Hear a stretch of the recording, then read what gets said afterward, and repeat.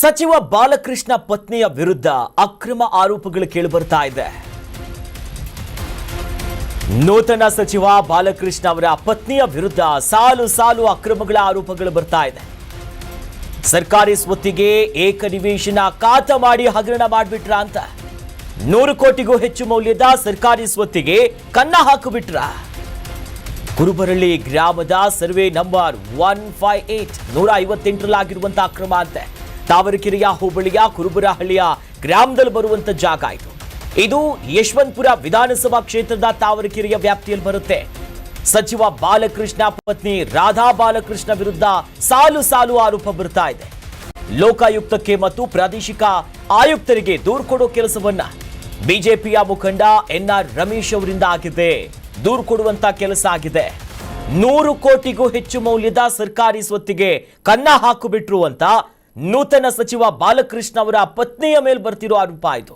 ಮೊನ್ನೆವರೆಗೂ ಕೇಳ್ತಾ ಇದ್ವಿ, ಕಾಂಗ್ರೆಸ್ನವರು ಆರೋಪ ಮಾಡ್ತಾ ಇದ್ರು ಅನಿತಾ ಕುಮಾರಸ್ವಾಮಿ ಅವರ ಹೆಸರಿನಲ್ಲಿ ಆಸ್ತಿ ಮಾಡಿದ್ರು, ಬಿಡದಿಯ ಲೂಟಿ ಹೊಡೆದಿದ್ರು ಅಂತ. ನಿನ್ನೆವರೆಗೂ ಕೂಡ ಕಾಶಪ್ಪನವರು ಪ್ರಸ್ತಾಪ ಮಾಡಿದ್ರು. ಮೂಡಾ ಪ್ರಕರಣದ ವಿಚಾರದಲ್ಲಿ ಸಿದ್ದರಾಮಯ್ಯನವರ ಧರ್ಮಪತ್ನಿಯ ಹೆಸರುಗಳು ಕೇಳಿಬಂದಿತ್ತು, ಪಾರ್ವತಿ ಅವರದು. ಈಗ ಕಾಂಗ್ರೆಸ್ಸಿನ ನೂತನ ಸಚಿವ ಬಾಲಕೃಷ್ಣ ಅವರ ಪತ್ನಿ ರಾಧಾ ಬಾಲಕೃಷ್ಣ ಅವರ ಮೇಲೆ ಈಗ ದೂರು ಈಗಾಗಲೇ ಕೊಡಲಾಗಿದೆ. ಕುರುಬರಹಳ್ಳಿಯ ಈ ಸರ್ವೆ ನಂಬರ್ 158ರಲ್ಲಿರುವಂತಹ ಜಾಗ, ಇದನ್ನ ಅಕ್ರಮವಾಗಿ ಪಡ್ಕೊಂಡ್ಬಿಟ್ರು. ಯಶವಂತಪುರ ವಿಧಾನಸಭಾ ಕ್ಷೇತ್ರದ ವ್ಯಾಪ್ತಿಗೆ ಬರುತ್ತೆ ಇದು. ಈಗಾಗಲೇ ಲೋಕಾಯುಕ್ತಕ್ಕೆ ಮತ್ತು ಪ್ರಾದೇಶಿಕ ಆಯುಕ್ತರಿಗೆ ದೂರು ಕೊಡೋ ಕೆಲಸವನ್ನ ಬಿಜೆಪಿಯ ಮುಖಂಡ ಎನ್ಆರ್ ರಮೇಶ್ ಅವರಿಂದ ಆಗಿದೆ. ಈ ರೀತಿಯಾಗಿ ಮಾಡಿಬಿಟ್ರ. ಹಾಗಾದ್ರೆ 100 ಕೋಟಿಗೂ ಹೆಚ್ಚು ಮೌಲ್ಯ ಇದೆಯಂತೆಯಾ ಈ ಸ್ವತ್ತಿಗೆ? ಸರ್ಕಾರಿ ಭೂಮಿ ಅಪ್ಡೇಟ್ಸ್ ಇದೆ. ಮಾಗಡಿಯ ಯೋಜನಾ ಪ್ರಾಧಿಕಾರದ ಅಧ್ಯಕ್ಷರು, ಇನ್ನು ಬಿಎಂಐಸಿ ಎಪಿಎ ಅಧ್ಯಕ್ಷರು, ಕಂದಾಯ ಇಲಾಖೆಯ ಅಧಿಕಾರಿಗಳು ಸೇರಿದಂತೆ ಭ್ರಷ್ಟ ಅಧಿಕಾರಿಗಳ ವಿರುದ್ಧ ಕಠಿಣ ಕ್ರಮಕ್ಕೆ ಆಗ್ರಹವನ್ನು ಮಾಡಲಾಗ್ತಿದೆ. ಬಿಜೆಪಿ ಮುಖಂಡ ಎನ್ಆರ್ ರಮೇಶ್ ಅವರು ಈಗಾಗಲೇ ದೂರು ಕೊಡು ಕೆಲಸ ಮಾಡಿದ್ದಾರೆ. ಯೋಜನಾ ಪ್ರಾಧಿಕಾರದ ಅಧ್ಯಕ್ಷರು, ನಂತರದಲ್ಲಿ ಬಿಎಂಐಸಿ ಎಪಿಯ ಅಧ್ಯಕ್ಷರು, ಕಂದಾಯ ಇಲಾಖೆಯ ಅಧಿಕಾರಿಗಳು ಭ್ರಷ್ಟರು ಯಾರ್ಯಾರಿದ್ದಾರೆ, ಹೆಂಗೆ 100 ಕೋಟಿ ಬೆಲೆ ಬಾಳುವಂತ ಜಾಗವನ್ನು ಈ ರೀತಿಯಾಗಿ ಇನ್ನೊಬ್ಬರ ಹೆಸರಿಗೆ ಮಾಡಿಕೊಡ್ತಾರೆ. 100 ಕೋಟಿಗೂ ಹೆಚ್ಚಿದೆಯಂತೆ.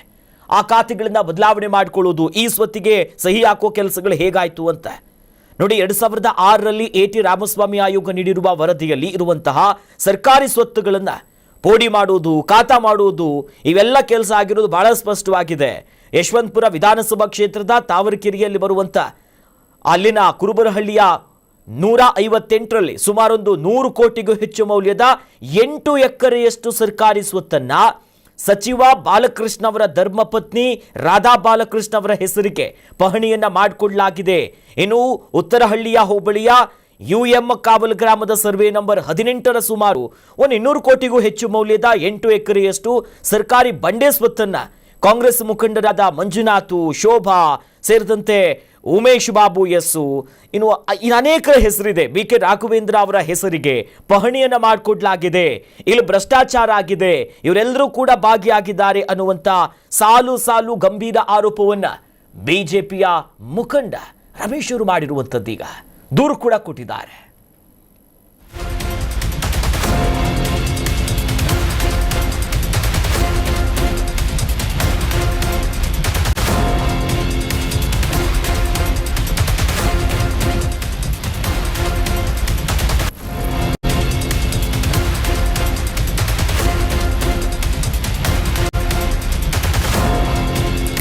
ನೋಡಿ, ಹೀಗಿದ್ರೂ ಕೂಡ ಈಗ ಎಚ್ಸಿ ಬಾಲಕೃಷ್ಣ ಅವರ ರಾಜಕೀಯ ಒತ್ತಡಗಳಿಗೆ ಮಣಿದಿರುವಂತಹ ಮಾಗಡಿಯ ಯೋಜನಾ ಪ್ರಾಧಿಕಾರದ ಅಧ್ಯಕ್ಷ ಪ್ರಕಾಶ್ ಮತ್ತು ಬೆಂಗಳೂರು ನಗರ ಜಿಲ್ಲೆಯ ಕಂದಾಯ ಇಲಾಖೆಯ ಭ್ರಷ್ಟ ಅಧಿಕಾರಿಗಳಾಗಿರುವಂಥ ವಿಶೇಷ ಜಿಲ್ಲಾಧಿಕಾರಿಗಳಾದ ಬಾಲಚಂದ್ರ, ಬೆಂಗಳೂರು ದಕ್ಷಿಣ ತಾಲೂಕಿನ ತಹಶೀಲ್ದಾರು, ವಿಶೇಷ ತಹಶೀಲ್ದಾರು, ಬೆಂಗಳೂರು ನಗರ ಜಿಲ್ಲೆಯ ಭೂ ದಾಖಲೆಗಳ ಇಲಾಖೆಯ ಉಪನಿರ್ದೇಶಕ ಡಿಡಿಎಲ್ಆರ್ ಆಗಿರುವಂಥ ಸುಜಯಿ, ಬೆಂಗಳೂರು ದಕ್ಷಿಣ ತಾಲೂಕಿನ ಸಹಾಯಕ ನಿರ್ದೇಶಕ, ಇವರೆಲ್ಲರೂ ಕೂಡ ಒಟ್ಟಾಗಿ 100 ಕೋಟಿಗೂ ಹೆಚ್ಚು ಮೌಲ್ಯದ ಈ ಸರ್ಕಾರಿ ಸ್ವತ್ತನ್ನ ಏಕನಿವೇಶನ ಖಾತವನ್ನ ಮಾಡಿಕೊಟ್ಟಿರ್ತಾರೆ ಅನ್ನೋ ಆರೋಪ.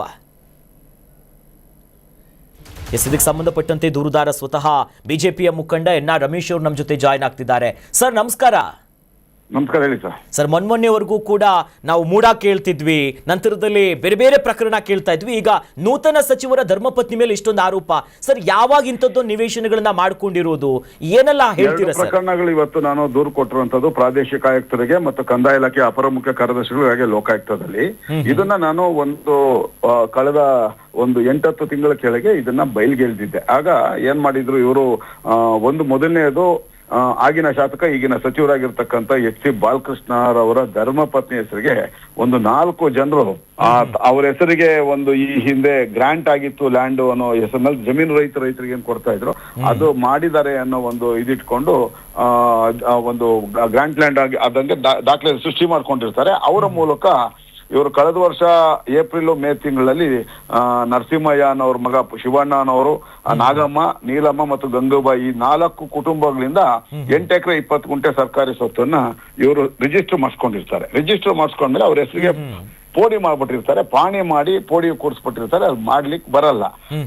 ಇನ್ನೊಂದು ಅದಕ್ಕೆ ಸಂಬಂಧಪಟ್ಟ ಹಾಗೆ ನಾನು ಲೋಕಾಯುಕ್ತದಲ್ಲೂ ದೂರು ಕೊಟ್ಟಿರ್ತೀನಿ, ಜಿಲ್ಲಾಧಿಕಾರಿಗಳಿಗೆ, ಇವ್ರಿಗೆಲ್ಲರಿಗೂ ಅಪರ ಮುಖ್ಯ ಕಾರ್ಯದರ್ಶಿಗಳು ಕಂದಾಯ ಇಲಾಖೆ ಇವರಿಗೆಲ್ಲ ದೂರು ಕೊಟ್ಟಿರ್ತೀನಿ. ಹಾಗಿದ್ದಾಗ್ಲೂ ಕೂಡ 2006ರ AT ರಾಮಸ್ವಾಮಿ ಆಯೋಗದ ವರದಿ ಬರೆದ ನಂತರ ಯಾವುದೇ ಕಾರಣಕ್ಕೂ ಸರ್ಕಾರಿ ಸ್ವತ್ತಿಗೆ ಪೋಡಿ ಮಾಡೋ ಹಾಗಿಲ್ಲ ಅನ್ನೋ ಆದೇಶವನ್ನ 2006 ಸೆಪ್ಟೆಂಬರ್ ಅಲ್ಲಿ ಆಗಿನ ಧರ್ಮಸಿಂಗ್ ಸರ್ಕಾರ ಹೊರಡಿಸಿರ್ತದೆ. ಯಾಕಂದ್ರೆ ಅವರು AT ರಾಮಸ್ವಾಮಿ ಅವರು ಸರ್ಕಾರಿ ಆದೇಶದ ಮೇಲೆ ಆಗಿನ 175 ತಾಲೂಕು ಕೇಂದ್ರಗಳಲ್ಲಿರ್ತಕ್ಕಂಥ ಎಲ್ಲಾ ಸರ್ಕಾರಿ ಸ್ವತ್ತುಗಳ ಬಗ್ಗೆ 1,13,00,000 ಪುಟಗಳ ದಾಖಲೆಗಳನ್ನ ಕೊಟ್ಟಿರ್ತಾರೆ, ರಿಪೋರ್ಟ್ ಅನ್ನ ಕೊಟ್ಟಿರ್ತಾರೆ. ಅದಾದ್ಮೇಲೆ ಯಾವ್ದು ಮಾಡಂಗಿಲ್ಲ ಅಂತ ಇದ್ದಾಗ್ಲೂ ಕೂಡ ಕಳೆದ ವರ್ಷ ಇವರು ರಾಧಾ ಬಾಲಕೃಷ್ಣ ಅವರ ಹೆಸರಿಗೆ ಅವರು ಕಾನೂನು ಬಾಹಿರವಾಗಿ ಕರೆಯಕ್ಕೆ ಪಡೆದಿದ್ದಂತ ಸ್ವತ್ತಿಗೆ ಅವರ ಪ್ರಭಾವಕ್ಕೊಳಗಾಗಿ ಅವರಿಂದ ಅಪಾರ ಪ್ರಮಾಣದ ಹಣವನ್ನ ಪಡೆದು ಅವರಿಗೆ ಖಾತೆಗಳನ್ನ ಮಾಡ್ಕೊಟ್ಬಿಟ್ಟಿರ್ತಾರೆ. ಇದಕ್ಕೆ ಸಂಬಂಧಪಟ್ಟ ಹಾಗೆ ನಾನು ಸಹಾಯಕ ನಿರ್ದೇಶಕ ಭೂ ದಾಖಲೆಗಳ ಇಲಾಖೆ, ಹಾಗೆ ಉಪನಿರ್ದೇಶಕರು DDLR ಅಂತ ಕರಿತೀವಿ, ಹಾಗೆ ವಿಶೇಷ ಜಿಲ್ಲಾಧಿಕಾರಿ ಬಾಲಚಂದ್ರ, ತಹಸೀಲ್ದಾರು, ಡೆಪ್ಯೂಟಿ ತಹಸೀಲ್ದಾರು, ಇಂಥವ್ರು ಎಲ್ಲರ ವಿರುದ್ಧ ವಿಲೇಜ್ ಅಕೌಂಟೆಂಟ್ ಮೇಲೆ ದೂರನ್ನ ಕೊಟ್ಟಿರ್ತೀನಿ. ತನಿಖಾ ಹಂತದಲ್ಲಿದೆ.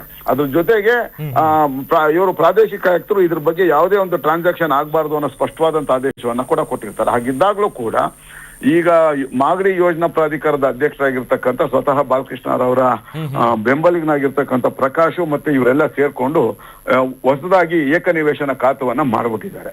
ಅದ್ರ ಜೊತೆಗೆ ತಲಗಟ್ಪುರ ಬಳಿ UM ಕಾವಲ್ ಅಂತ ಇದೆ, ಅಲ್ಲಿ ಸರ್ವೆ ನಂಬರ್ 18, ಅದು ಸಂಪೂರ್ಣವಾಗಿ ಸರ್ಕಾರಿ ಬಂಡೆ ಪ್ರದೇಶ. ಸರ್ಕಾರದ ಆದೇಶದ ಮೇಲೆ ಅಲ್ಲಿ ಸರ್ಕಾರಿ ಭೂ ವಿಜ್ಞಾನ ಇಲಾಖೆ ಗಣಿಗಾರಿಕೆಗೆ, ಕಲ್ಗಣಿಗಾರಿಕೆಗೆ ಅವಕಾಶ ಕೊಟ್ಟಿರ್ತದೆ. ಯಾಕಂದ್ರೆ ತುಂಬಾ ದೊಡ್ಡ ಬಂಡೆ ಇರ್ತದೆ, ಹಾಗಾಗಿ ಕಲ್ಗಣಿಗಾರಿಕೆ ಕೊಟ್ಟಿರ್ತದೆ. ಸುಮಾರು 8-9 ವರ್ಷಗಳ ಕಾಲ ಕಲ್ಗಣಿಗಾರಿಕೆ ಮಾಡ್ತಾರೆ. ಸುಮಾರು 120 ಅಡಿ ಹಳ್ಳ ಬಿದ್ದ ಮೇಲೆ ಅದು ಗಣಿಗಾರಿಕೆನ ನಿಲ್ಲಿಸ್ತಾರೆ, ಸರ್ಕಾರದ ಆದೇಶ ನಿಲ್ಲಿಸ್ತಾರೆ. ಅಲ್ಲಿ ಕೆರೆ ತರ ಪ್ರದೇಶ ಆಗೋಗ್ಬಿಟ್ಟಿರುತ್ತೆ ನೀರು ನಿಂತ್ಕೊಂಡು. ಆ ಜಾಗದ ಮೇಲೆ 4 ಜನ ಎಸ್ ಟಿ ಸೋಮಶೇಖರ್ ಅವರ ಹಿಂಬಾಲಕರಾಗಿರ್ತಕ್ಕಂಥ ಮಂಜುನಾಥ್, ಜಲ್ಜಾದಾಸು, ರಾಘವೇಂದ್ರ, ಈ ತರದವರು 4 ಜನ ಪ್ರಭಾವಿಗಳು, ಎಲ್ಲ ಕಾಂಗ್ರೆಸ್ ಪಕ್ಷದ ಮುಖಂಡರುಗಳು.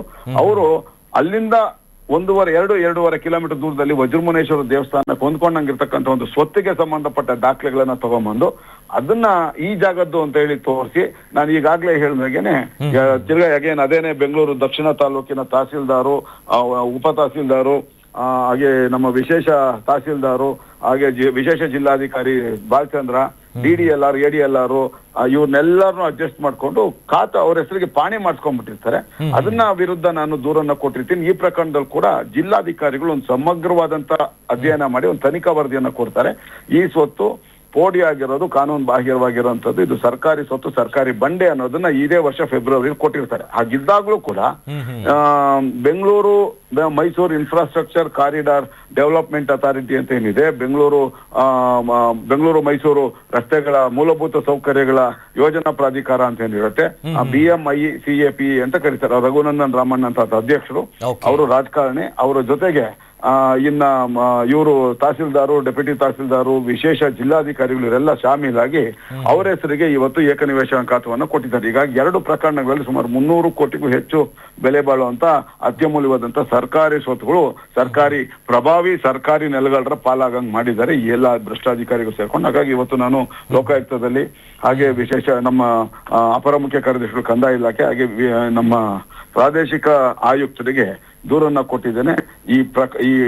ಇಷ್ಟು 300 ಕೋಟಿಗೂ ಹೆಚ್ಚು ಬೆಲೆ ಬಾಳುವಂತ ಸರ್ಕಾರಿ ಸ್ವತ್ತುಗಳನ್ನ ಕೂಡಲೇ ಜಿಲ್ಲಾಡಳಿತದ ಸರ್ಕಾರ ವಶಕ್ಕೆ ತಗೋಬೇಕು. ಹಾಗೆ ಈ ಎಲ್ಲ ಭ್ರಷ್ಟ ಅಧಿಕಾರಿಗಳ ವಿರುದ್ಧ ಕಾನೂನು ರೀತಿ ಕ್ರಮ ತಗೋಬೇಕು, ಮತ್ತೆ ಸರ್ಕಾರಿ ನೆಲಗಳ ವಿರುದ್ಧ ಕಾನೂನು ರೀತಿ ಕ್ರಮ ತಗೋಬೇಕು ಅನ್ನೋ ಒಂದು ದೂರನ್ನ ನಾನು ಕೊಟ್ಟಿದ್ದೀನಿ. ಎಸ್ ಸರ್, ನಿಮ್ಮ ಹೋರಾಟ ಮುಂದುವರಿಲಿ. ಥ್ಯಾಂಕ್ ಯು ಇಷ್ಟೊತ್ತು ಕರ್ನಾಟಕ ನ್ಯೂಸ್ ಬೀಟ್ ಜೊತೆ ಮಾತನಾಡಿದ್ದಕ್ಕೆ. ಕರ್ನಾಟಕ ನ್ಯೂಸ್ ಬೀಟ್ ಫಾಲೋ ಮಾಡಿ, ಸಬ್ಸ್ಕ್ರೈಬ್ ಮಾಡಿ.